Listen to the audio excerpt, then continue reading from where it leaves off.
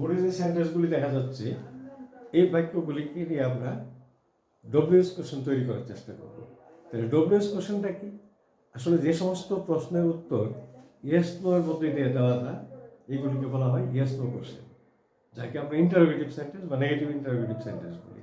কিন্তু W S question হলো বাক্যের মধ্যস্থিত নির্দিষ্ট কোনো একটা তথ্য বা ইনফরমেশান আমরা জানতে চাইব প্রশ্নের মাধ্যমে, এগুলিকে বলা হয় ডব্লিউএস কোশ্চেন।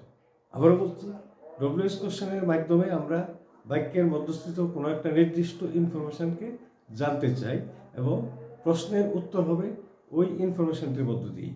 যেমন আলাবি ওয়াজ এ ব্রিলিয়ান্ট স্টুডেন্ট, আমরা প্রথম ডব্লিউএস কোশ্চেনটা যদি করি তাহলে কোশ্চেনটাকে আমরা বলবো question for subject, who was A brilliant student, who was A brilliant student, এটাকে বলা হবে question for subject, because will get the subject with the answer.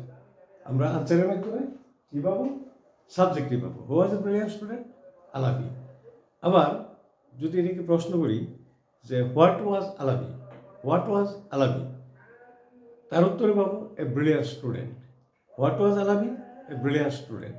আবার দ্বিতীয় বাক্যটি যেমন Saheb went to Jamalpur yesterday, Saheb went to Jamalpur yesterday, এই বাক্যটিকে যদি আমরা ডব্লিউএস কোশ্চেনে টার্ন করতে চাই তাহলে প্রথম কোশ্চেন ফর সাবজেক্ট এটা হবে who went to Jamalpur yesterday, কে গতকাল জামালপুর গিয়েছিল।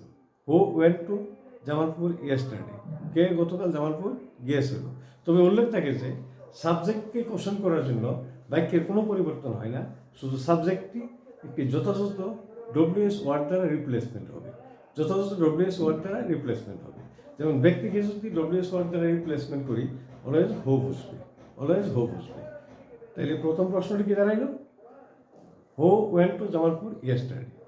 এবার আমরা যদি প্রশ্ন করি কোথায় গিয়েছিল, এই প্রশ্নটি করি সাহেব গতকাল কোথায় গিয়েছিল, তাই প্রশ্নটি কেমন দাঁড়াবে?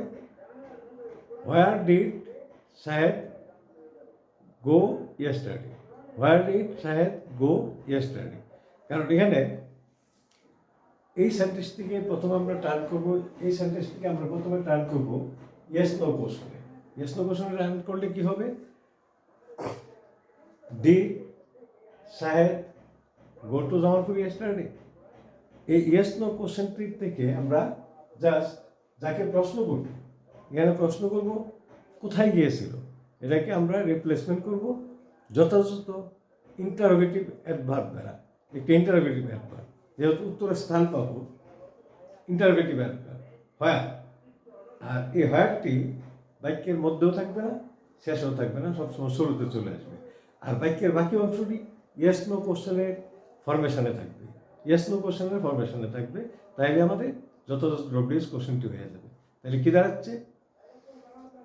হোয়ার ডিড সাহেব গো ইয়েস্টারডে, হোয়ার ডিড সাহেব গো ইয়েস্টারডে।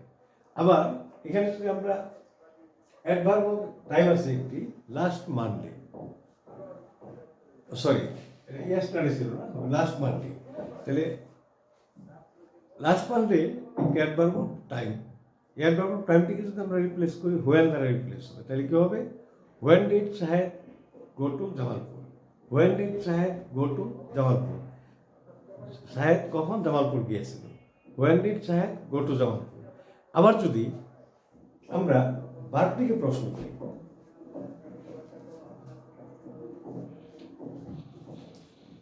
কি না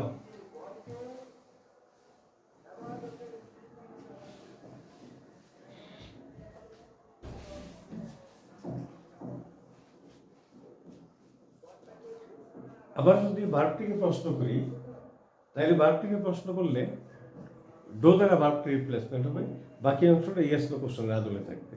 তাহলে কী দাঁড়াবে? কী দাঁড়াবে?